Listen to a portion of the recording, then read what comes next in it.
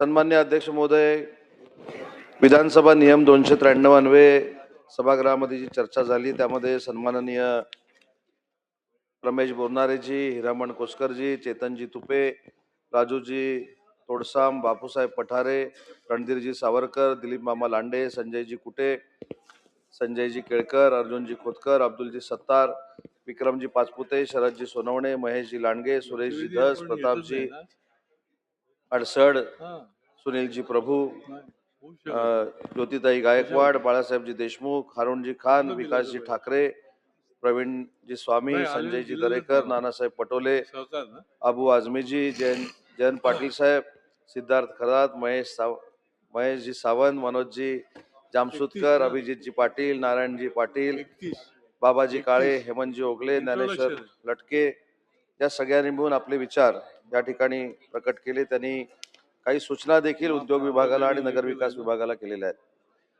त्यातल्या दोन महत्वाच्या गोष्टी फक्त या ठिकाणी मला नमूद करायच्या आहेत की सन्माननीय जयंत पाटील साहेबांनी या ठिकाणी असा उल्लेख केला की हिंजेवाडीमध्ये जे IT सेक्टर मधले उद्योग आहेत हे दुसऱ्या राज्यामध्ये स्थलांतरित झाले अशा पद्धतीची भूमिका या ठिकाणी जयंत पाटील साहेबांनी मांडली. परंतु मला इथे सभागृहाला देखील अवगत करायचं आहे आणि उद्योग विभागाच्या वतीने सांगायचं आहे की हिंजेवाडीमध्ये जे उद्योजक होते हे प्रायव्हेट उद्योजक होते. त्याच्यामध्ये MIDCतले उद्योजक कुठेही स्थलांतरित झाले नाही.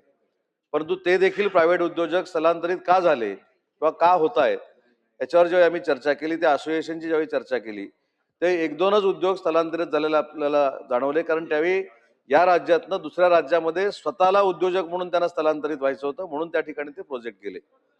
परंतु ही बैठक घेतल्यानंतर असं लक्षात आलं की या ठिकाणी जे इन्फ्रास्ट्रक्चर आहे त्या इन्फ्रास्ट्रक्चरच्या संदर्भामधल्या हिंजवाडी इंडस्ट्रीच्या लोकांची काही अडचण होत होती. त्याच्यामुळं हिंजवाडीमध्ये स्कायवॉकची जी मागणी सगळ्या इंडस्ट्रीजनी केली, IT सेक्टरमधल्या लोकांनी केली, त्याच्यासाठी 62.61 कोटी रुपये हे MIDCनं मंजूर केलेले आहेत आणि त्याचं टेंडर देखील झालेलं आहे.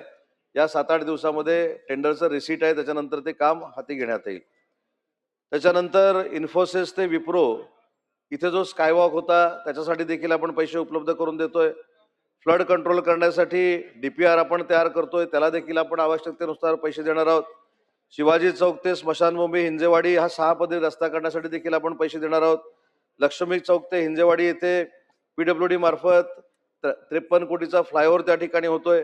हिंजेवाडी फेज 1 ते 3 माणगावापर्यंत या ठिकाणी देखील 4.5 किलोमीटरचा फ्लायओव्हर करण्याचा निर्णय घेतलेला आहे. त्याच्यामुळे सन्मान्य सदस्य जयंत पाटील साहेबांनी जे मुद्दे या ठिकाणी मांडले त्याच्यामध्ये शासन कुठं त्या ठिकाणी दुर्लक्ष करतोय, इन्फ्रास्ट्रक्चर प्रोव्हाइड करत नाही अशातला भाग नाही, तर शासनानं करोडो रुपयाचा निधी या हिंजेवाडी परिसराला द्यायचा देखील निर्णय घेतलेला आहे. MIDCच्या मिलाप धोरणाबद्दल आणि मैत्री धोरणाबद्दल देखील काही सदस्यांनी या ठिकाणी आपली भूमिका मांडली. पण अध्यक्ष महोदय, मला इथं अभिमानानं सांगितलं पाहिजे की महाराष्ट्र राज्य हे देशात असं पहिलं राज्य आहे की ज्यानं जागा वाटपाचा निर्णय हा ऑनलाईन घेतला. पूर्वी असं म्हटलं जायचं की जागा जर पाहिजे असेल तर MIDCच्या अधिकाऱ्यांना भेटावं लागतं, मंत्र्यांना भेटावं लागतं, वशिला लागतो. त्या मिलाप ॲपमुळे हा वशिला आणि सगळ्या गोष्टी बाजूला झालेल्या आहेत. पारदर्शकपणानं 8 दिवसामध्ये लँड अलॉटमेंटची प्रोसिजर MIDC मध्ये आम्ही कार्यान्वित केली आणि त्याला प्रचंड पद्धतीनं प्रतिसाद हा MIDCच्या या कार्यप्रणालीवर आपल्याला नक्की मिळतोय. दुसरी महत्वाची गोष्ट इथं सांगण्यात आली की जमीन ताब्यात घेण्याच्या संदर्भामध्ये प्रभूसाहेब आपण देखील उल्लेख केलात की MIDC मध्ये वर्षानुवर्ष ज्यांच्या जमिनी पडलेल्या आहेत, ज्यांनी उद्योगधंदे सुरू केले नाहीत, अशा पद्धतीच्या सगळ्यांच्या जमिनी आपण मागे घ्याव्या अशा पद्धतीची आपण जी मागणी केली ते देखील मी सांगतो की जमीन घेण्याच्या संदर्भात कोकणापासून विदर्भापर्यंत आपण सुमारे 2 ते 2.5 हजार नोटिसेस काढलेल्या आहेत. या वर्षभरामध्ये 350 ते 400 प्लॉट आपण परत घेतलेले आहेत. परंतु त्याच्यामध्ये आवर्जून 2 उल्लेख करेन की इंडिया बुल्सची जमीन जी होती 1500 एकर, त्याच्यामध्ये केंद्र शासनाच्या प्रकल्पाचा काही समावेश होता, अशा पद्धतीची एक चर्चा केली जायची. तर इंडिया बुल्सची जमीन काढून घेण्याचा निर्णय देखील आम्ही MIDCने घेतला. परंतु काही कारणामुळं सुप्रीम कोर्टामध्ये ते पिटिशन दाखल आहे. आम्ही त्याच्या पद्धतीनं तिथं आमची बाजू मांडतोय. आणि रत्नागिरी जिल्ह्यातली एक 750 एकर जागा ही एका उद्योजकाच्या ताब्यामध्ये गेली 25 वर्ष होती आम्ही सुप्रीम कोर्टामध्ये दाद मागून ती जागा ताब्यामध्ये घेतली आणि तिथे 30,000 कोटीचा प्रकल्प रत्नागिरी जिल्ह्यामध्ये आम्ही प्रस्थापित करतोय. त्याच्यावर प्रभूसाहेब आपण जो मुद्दा मांडला आणि प्रताप अडसड साहेबांनी जो मुद्दा मांडला की या जागा आम्ही घेतोय की नाही, तर कोणालाही घाबरण्याचा प्रश्न येत नाही, कोणाच्याही दबावाखाली काम करण्याचा प्रश्न येत नाही. मुख्यमंत्री उपमुख्यमंत्र्यांची भूमिका स्पष्ट आहे की जसं अमरावतीमध्ये काल मी सांगितलं की रेमंड्स कंपनीनं 20-22 वर्षापूर्वी 500 एकर जमीन घेतली, त्याच्यावर 38 एकरावर फक्त आपला प्रोजेक्ट उभा केला.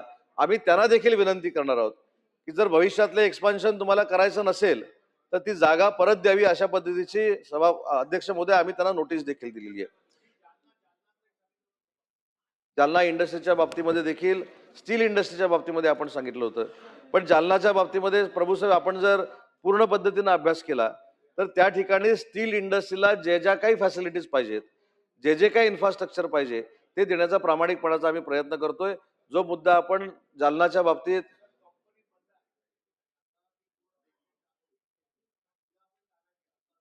तेच सांगितलं, मी त्या कंपनीच्या बाबतीमध्ये देखील येतो आणि स्टील इंडस्ट्रीचा जो पण विषय आहे इन्फ्रास्ट्रक्चरचा, त्याला देखील आपण पैसे दिलेले आहेत. सन्मान्य प्रभूसाहेबांनी जो जालन्याच्या प्रोजेक्टचा या ठिकाणी प्रभूसाहेब उल्लेख केला, ही एक बंद पडलेली कंपनी जर आम्ही MIDCनं ताब्यात घेतली किंवा उद्योग विभागानं ताब्यात घेतली, तशा अनेक कंपन्या ह्या अवसानामध्ये गेलेल्या आहेत, काही NCLT मध्ये गेलेल्या आहेत. त्याच्यावर काहीतरी धोरणात्मक आपल्याला मार्ग काढावा लागेल, पण भविष्यामध्ये असं धोरण निर्माण करण्याचा MIDCचा आणि उद्योग विभागाचा नक्की प्रयत्नशील राहील. आता डावोसवर परत विषय आला होता, परंतु मी आता डावोसवर चौथ्यांदा या ठिकाणी बोलतोय. डावोसवरचे जे काय MOU झाले त्याचे किती अंमलबजावणी आम्ही केली हे तीनदा मी या सभागृहामध्ये सांगितले. पुन्हा एकदा सांगतो की डावोसला 2022ला 80,588 कोटीची इन्व्हेस्टमेंट आम्ही आणली. 2023ला 1,37,393 कोटीची आम्ही या ठिकाणी इन्व्हेस्टमेंट आणली. 24ला 3,16,739 कोटीची इन्व्हेस्टमेंट आणली. 25ला 12,23,081 कोटीची आम्ही इन्व्हेस्टमेंट आणली आणि MMRDA, सिडको आणि इंडस्ट्री असं पकडून 2026ला 31,25,882 कोटीची इन्व्हेस्टमेंटचे MOU आम्ही केले. पण हा देखील आपल्या सगळ्यांना प्रभूसाहेब अभिमान असला पाहिजे की बाकीच्या राज्यांमध्ये या MOUची अंमलबजावणी करण्याचा रेट हा फक्त 35 ते 40% आहे. परंतु महाराष्ट्राच्या उद्योग विभागानं पुढाकार घेऊन, विशेषतः मुख्यमंत्री देवेंद्रजी फडणवीस असतील, तत्कालीन मुख्यमंत्री एकनाथ शिंदे साहेब असतील, विद्यमान ते आज उपमुख्यमंत्री आहेत, तर या दोघांच्या नेतृत्वाखाली ज्यावेळी आम्ही डावसला गेलो त्यावेळी त्या अंमलबजावणीचा रेशो हा देशात सगळ्यात चांगला म्हणजे 75 ते 80% झालेला आहे. आणि जर सभागृहामध्ये मला सांगायची वेळ आली की असे कुठचे प्रोजेक्ट सुरू झाले तर ते देखील प्रोजेक्ट कुठचे सुरू झाले ते नानासाहेब मी सांगू शकतो. सगळ्यात महत्वाची हा सांगितलं ना, मागच्या वेळी ज्या पद्धतीनं आरडाओरड झाला की सेफ्रॉन परराज्यामध्ये गेला, त्याच्यानंतर BDP परराज्यामध्ये गेला, त्याच्यानंतर वेदांता फॉस्कॉन परराज्यामध्ये केला, याच्यासाठी नानासाहेब आपण व्हाईट पेपर मागच्या अधिवेशनामध्ये काढला होता, पण झालेल्या MOUची अंमलबजावणी कशी झाली याच्यासाठी पुढच्या अधिवेशनामध्ये आम्ही भगवी पत्रिका काढण्याचा देखील निर्णय घेतलेला आहे. त्याच्यामधनं आपलं सिद्ध होईल की आम्ही किती MOU केले आणि त्याची अंमलबजावणी किती झाली हे देखील त्या भगव्या पत्रिकेतनं आपल्याला इथं मिळणार आहे. मुख्यमंत्री रोजगार निर्मिती योजनेवर भाष्य झालं, त्याच्यामध्ये थोडेफार बदल केले गेले पाहिजेत अशा पद्धतीचं सांगण्यात आलं, ते देखील बदल केलेत. परंतु मुख्यमंत्री रोजगार निर्मिती योजना ही ज्यावेळी महायुतीचं सरकार पुन्हा आलं त्यावेळी OBC हा घटक मुख्यमंत्री रोजगार निर्मिती योजनेमध्ये आरक्षित केलेला नव्हता. तो OBC घटक आपण केला, EWS आपण त्याच्यामध्ये केला, अपंग दिव्यांगांना देखील मुख्यमंत्री रोजगार निर्मिती योजनेमधनं पैसे मिळाले पाहिजेत ही भूमिका आपण घेतली. त्याच्यामुळे मला असं वाटतं की उद्योग विभागावर ज्या सूचना आपण विधायक केलेल्या आहेत त्याचं नक्की तंतोतंत पालन उद्योग विभागाचा मंत्री म्हणून आम्ही नक्की करू. त्याच्यामध्ये कुठेही राजकारण आम्ही आणणार नाही. आणि संजय कुटे साहेबांनी जो मुद्दा त्यांच्या भाषणात मांडला होता की समतोल विकास हा प्रत्येक जिल्ह्यांमध्ये झाला पाहिजे, तर त्या बाबतीमध्ये देखील मी सांगतो की चांदा ते बांद्यापर्यंत औद्योगिक समतोल विकास होण्यासाठी आम्ही 100% प्रयत्न करणार आहोत आणि त्याच्यासाठी महाराष्ट्र शासन कटिबद्ध आहे. नगर विकासाच्या बाबतीमध्ये बोलत असताना विशेषतः नितीन राऊत साहेबांनी सांगितले की निधी मिळत नाही, परंतु देशाचे पंतप्रधान नरेंद्र मोदी साहेबांच्या 75व्या वाढदिवसाच्या निमित्तानं नगर विकास खात्यानं एक अभिनव कार्यक्रम या महाराष्ट्रामध्ये हातात घेतला आणि नमो उद्यान नावाची संकल्पना ही महाराष्ट्राच्या समोर आणली. आज प्रत्येक नगरपालिका नगरपंचायतीमध्ये नमो उद्यानाचं काम देखील सुरू झालेलं आहे. मुंबईच्या इन्फ्रास्ट्रक्चरवर चर्चा झाली, त्याच्यावर देखील अनेक वेळा आम्ही बोललेलो आहोत. इन्फ्रास्ट्रक्चर सांगत असताना त्याच्या ठेवींवर देखील चर्चा झाली. ठेवी आजही तशाच्या तशा आहेत. मागच्या वर्षीच्या आणि या वर्षीच्या ठेवींमध्ये 1,500 कोटीची वाढ झालेली आहे चौधरी साहेब, हे देखील आम्ही सांगितलं. त्याच्यामुळे ज्या ज्या सूचना नगर विकासच्या बाबतीमध्ये आणि उद्योग विभागाच्या बाबतीमध्ये सन्माननीय सदस्यांनी केलेल्या आहेत, त्या विधायक सूचनांचा नक्की विचार महाराष्ट्र शासन म्हणजे महायुतीचं सरकार करेल, हे या सभागृहामध्ये मी आश्वस्त करतो. सन्माननीय अध्यक्ष महोदय, नियम 293 अन्वये